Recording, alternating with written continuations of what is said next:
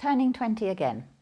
No, I'm not trying to turn the clock back. I'm talking about a lovely pattern that we like very much, and we had at our workshop at Dunford House in 2014.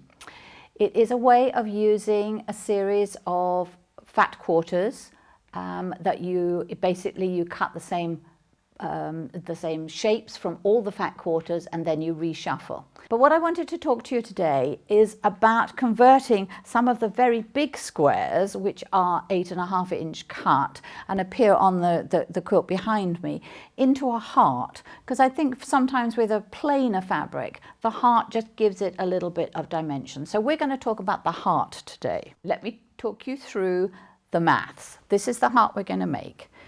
You basically need to think of the square in its finished size. So it will be finished 8 inches.